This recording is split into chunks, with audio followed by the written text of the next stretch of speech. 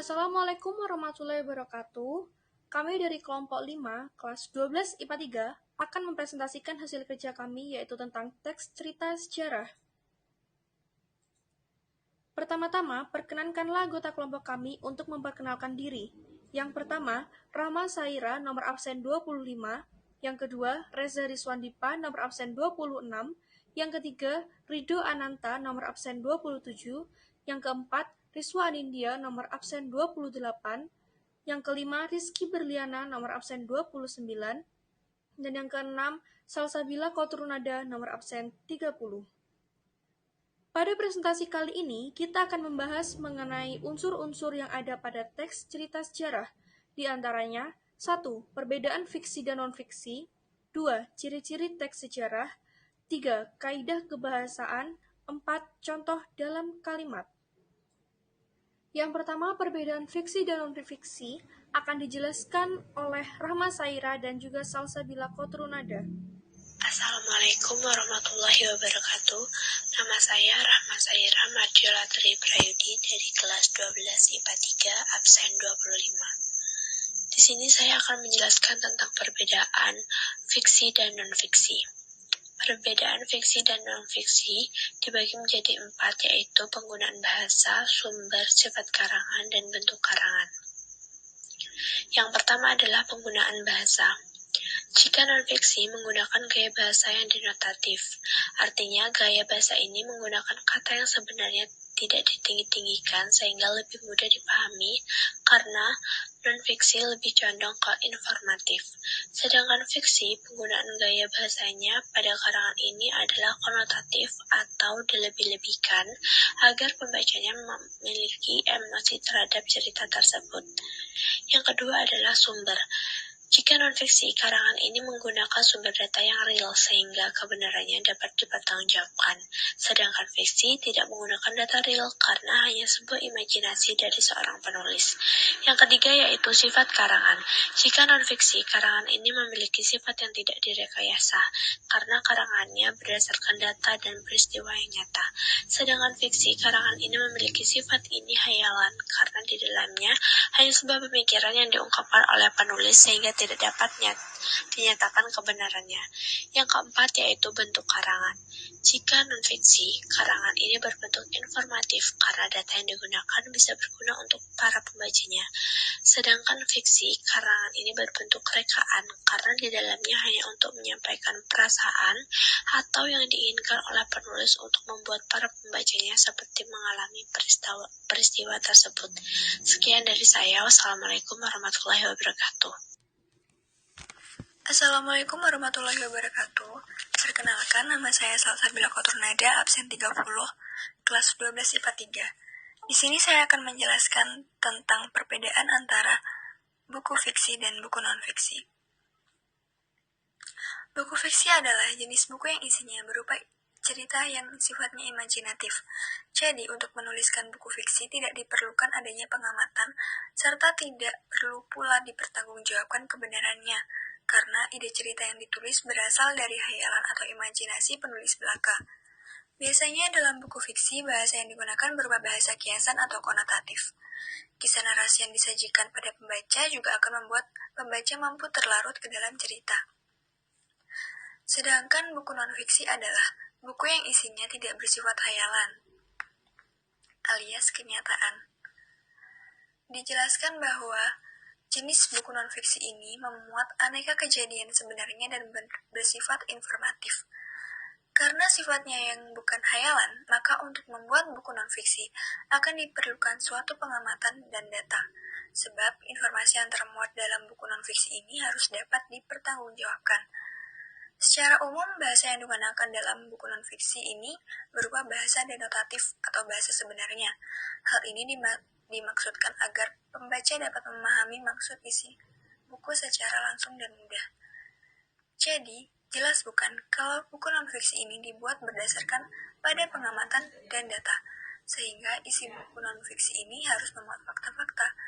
Sifat buku non-fiksi yang berupa informasi berlandaskan dan nyata atau fakta inilah yang membuat buku non-fiksi sering dirujuk sebagai sumber informasi. Contoh dari buku fiksi seperti cerpen, novel, dongeng, drama, puisi, hikayat, fabel, mitos, komik, dan cerita rakyat. Sedangkan contoh buku non-fiksi seperti karya tulis ilmiah, skripsi, tesis, disertai buku pelajaran, jurnal, buku ensiklopedia, biografi, esai, opini, dan pidato.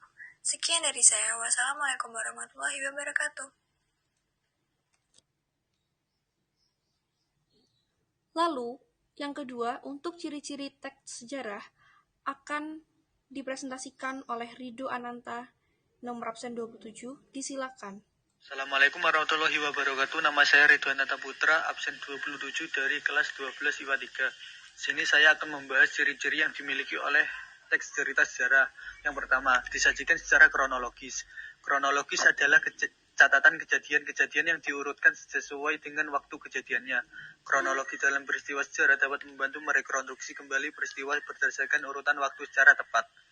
Yang kedua, berbentuk teks cerita ulang atau recount. Maksudnya berbentuk teks cerita ulang adalah teks dalam teks cerita tersebut harus sama dengan kejadian sejarah, tidak dilebihkan dan tidak dikurangkan, sehingga seolah-olah menceritakan kembali kejadian sejarah pada masa itu.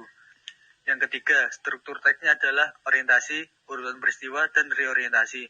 Orientasi biasanya mengacu pada awal munculnya konflik-konflik sebelum terjadi suatu peristiwa sejarah. Lalu urutan peristiwa dalam teks sejarah di sini harus urut atau kronologis, seperti yang saya sampaikan pada bahan pertama. Dan reorientasi adalah penutupan kejadian sejarah tersebut. Reorientasi juga dapat dikatakan suatu hasil dari kejadian sejarah. Yang keempat, sering menggunakan konjungsi temporal. Konjungsi temporal adalah kata hubung yang menerangkan hubungan waktu dari dua hal atau peristiwa yang berbeda. Kata ini termasuk kata hubung yang berkaitan dengan waktu. Kata konjungsi jenis ini berfungsi untuk menjabarkan secara kronologi dari suatu kejadian atau peristiwa. Yang kelima, isinya berupa fakta. Fakta dalam teks cerita sejarah tersebut maksudnya kejadian yang ditulis dalam cerita harus benar adanya dan diakui oleh sejarawan. Tidak boleh diubah-ubah dan harus sesuai dengan kejadian yang ada pada masa itu. Sekian dari saya. Wassalamualaikum warahmatullahi wabarakatuh. Selanjutnya, kaidah kebahasaan akan dijelaskan oleh Riswa Anindya. Assalamualaikum warahmatullahi wabarakatuh. Perkenalkan, nama saya Riswa Anindya, nomor absen 28. Di sini saya akan menjelaskan mengenai kaidah kebahasaan. Kaidah atau aturan teks dalam cerita sejarah biasanya selalu melibatkan kata kerja atau verba material, pronomina atau kata ganti, kata-kata yang menunjukkan kejadian atau peristiwa, adanya, dan konjungsi kata penghubung temporal. Lalu, untuk lebih jelasnya bisa dilihat seperti gambar berikut. Yang pertama, pronomina atau kata ganti merupakan kata yang digunakan untuk menggantikan benda dan menamai seseorang atau sesuatu secara tidak langsung. Yang kedua, ada frasa adverbial yang merupakan kata yang menunjukkan kejadian atau peristiwa waktu dan tempat. Yang ketiga, ada verba material yang merupakan kata yang berfungsi untuk menunjukkan aktivitas atau perbuatan nyata yang dilakukan oleh partisipan. Kata kerja material menunjukkan perbuatan fisik atau peristiwa, misalnya seperti membaca, menulis, menyapu, dan lain-lain. Lalu yang keempat, ada konjungsi temporal atau kata sambung waktu. Konjungsi temporal berguna untuk menata urutan-urutan peristiwa yang diceritakan. Teks cerita sejarah banyak memanfaatkan konjungsi ini. Sekian penjelasan dari saya, kurang lebihnya mohon maaf. Terima kasih. Wassalamualaikum warahmatullahi wabarakatuh. Dan yang terakhir, kali ini yang akan kita bahas adalah contoh dalam kalimat yang akan dijelaskan oleh Rizky Berliana dan juga Reza Rizwandipa. Disilakan. Assalamualaikum warahmatullahi wabarakatuh. Nama saya Rizky Berliana Maharani, kelas 12 IPA 3, absen 29. Di sini saya akan menjelaskan beberapa unsur kebahasaan dari teks cerita sejarah. Yang pertama adalah frasa verba. Frasa verba dibagi menjadi 3, yaitu frasa verba modifikatif, yang berarti frasa pembatas belakang dan pembatas depan. Contoh kalimatnya adalah: kami yakin mendapatkan pekerjaan itu. Yakin mendapatkan merupakan contoh dari frasa verba modifikatif.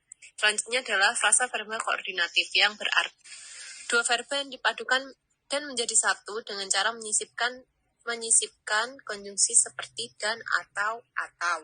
Contoh kalimatnya adalah orang itu merusak dan menghancurkan tempat tinggalnya sendiri. Merusak dan menghancurkan merupakan contoh dari frasa verba koordinatif.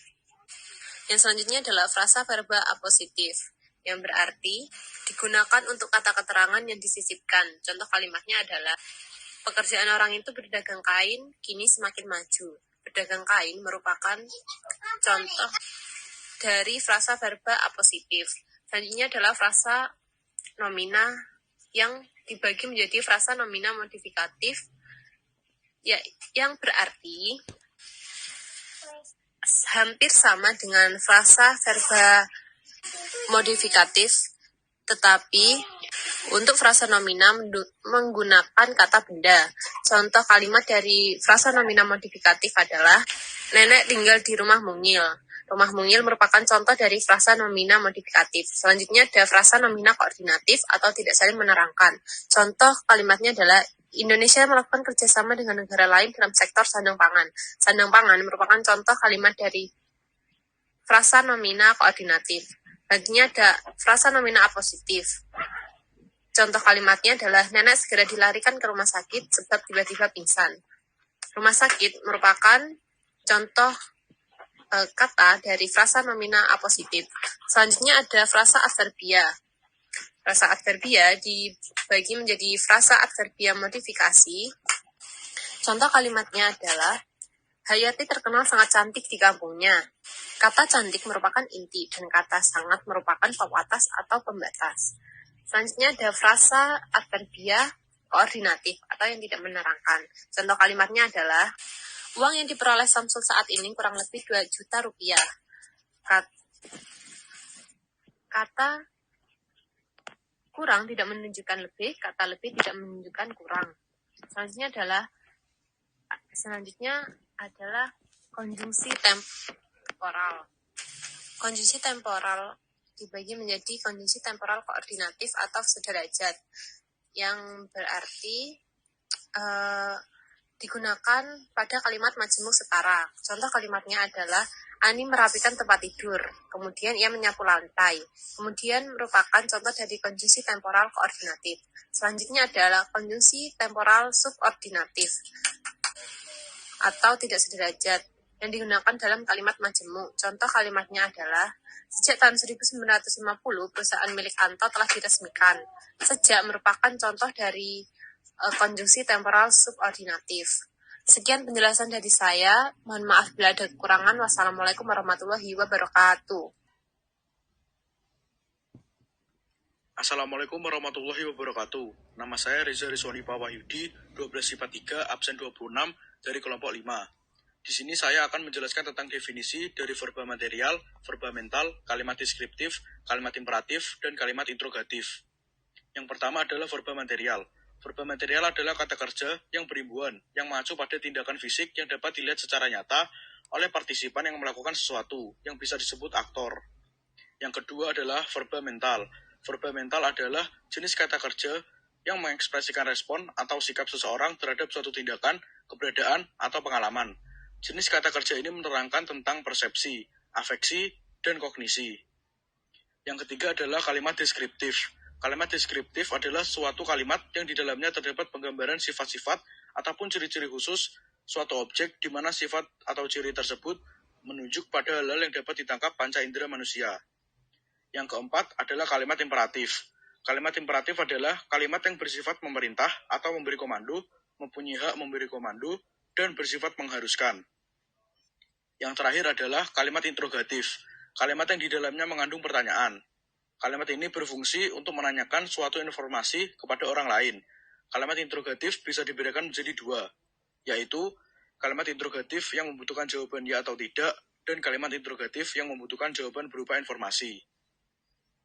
Demikian presentasi dari kelompok 5, kurang lebihnya mohon maaf. Wassalamualaikum warahmatullahi wabarakatuh.